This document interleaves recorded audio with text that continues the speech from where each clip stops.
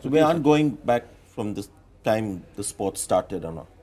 It might be a Guys, bit much. I was really impressed with W.G. Grace's captaincy. I liked his... Very astute. Yeah, and Victor Trump also was pretty good. You know, a very attacking captain. So those guys, you don't want me to... From the time that Maharajas were not captaining India, we'll take it from after that.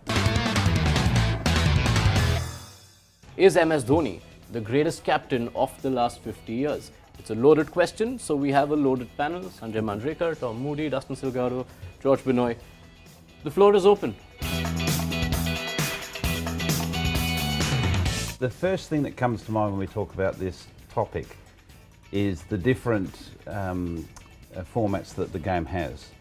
And if you were to ask me who's the best T20 captain in the time frame that you're talking about, MS Dhoni, hands down, is, in my view, the best captain, and we've seen that again this year, the example of that this year.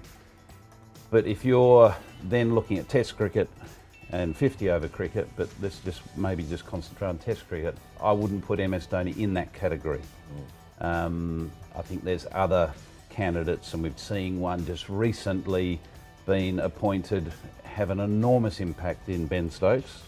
And it's only a small sample size, but what he has done as a captain for England over a short period of time has, been quite a dramatic change in the way the game's being played, and I think that's worth a mention.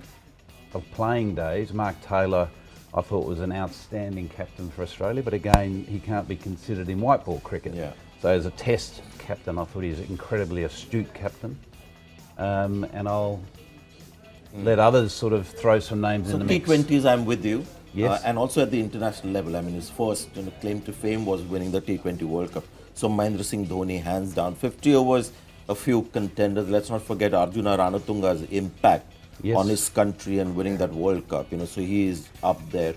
Steve Waugh is like as a 50 overs and Test captain. Yep. Our own Kapil Dev, with what he achieved in 50 overs cricket. So there are a few, I think names will come, but I think we can just freeze on the fact that T20s, nobody really to challenge MS.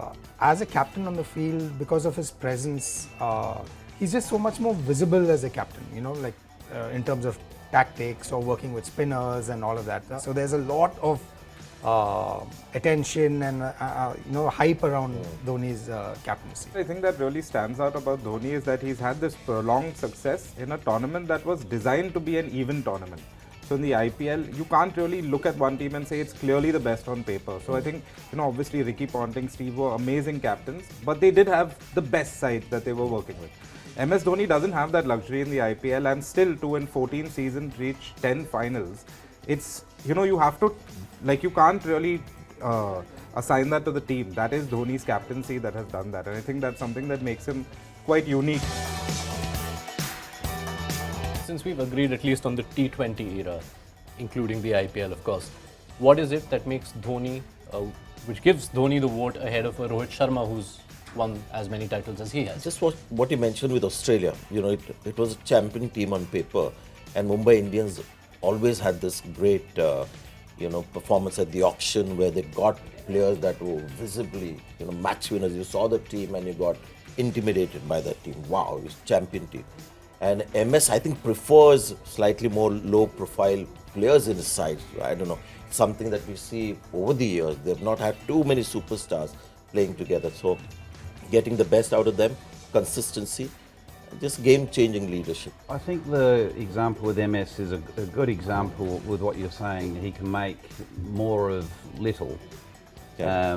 But I think back as someone that's been involved, on the ground as a coach for many years throughout the whole IPL, coming up against Chennai, particularly in the first at least half, if not 3/4 of its life cycle, and Mumbai for that matter, they boasted by far the best Indian squad talent than any other team. That's why they were successful. It's not because of overseas players, and so really that sort of contradicts a little bit to your point around making something of very little. I think he's done that recently and shown his brilliance in, I can work with a team of champions, but I also can work with, you know, little small parts and make it work. So one thing again, you would say that MS Dhoni hasn't done that, say somebody like Imran Khan or Rana Tunga did, was take an international side that was off the map and completely underdogs to winning. I mean, India was always among the favourites. Even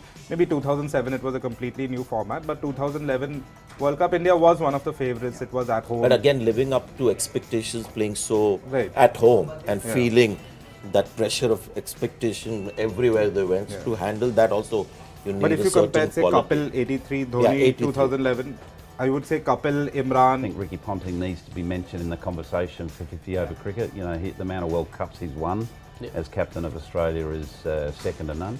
Imran's greatness was that he, West Indies, when they were dominating and reigning world cricket, Pakistan was one of the few teams that actually challenged them on few occasions. So that is brilliant for a team that comes from the kind of conditions that we have, you know, in the subcontinent, to go and challenge the likes of Australia, West Indies, when there was really strong teams. And speaking of the West Indies, there's one person I think is worth definitely mentioning in the conversation, Test cricket, is Clive Lloyd. True. Because what he did with the West Indies, he's galvanised multiple countries Yeah.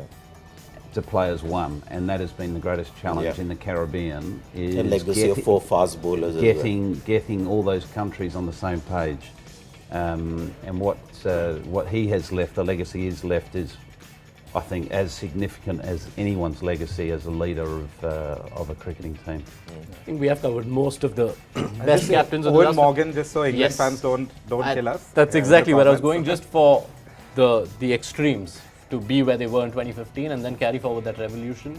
Puts Owen Morgan somewhere in the list. Yeah, sure, for that 4-year period. Owen Morgan's is MS Dhoni's vice captain.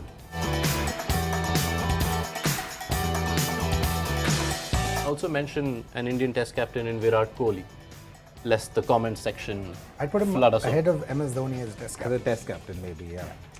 Right, so you've heard it from all of them. Where do you think MS Dhoni ranks? I think we know the answers to most of you, but thoughts, please share it in the comment section. This was ESPN Cricinfo Run Out.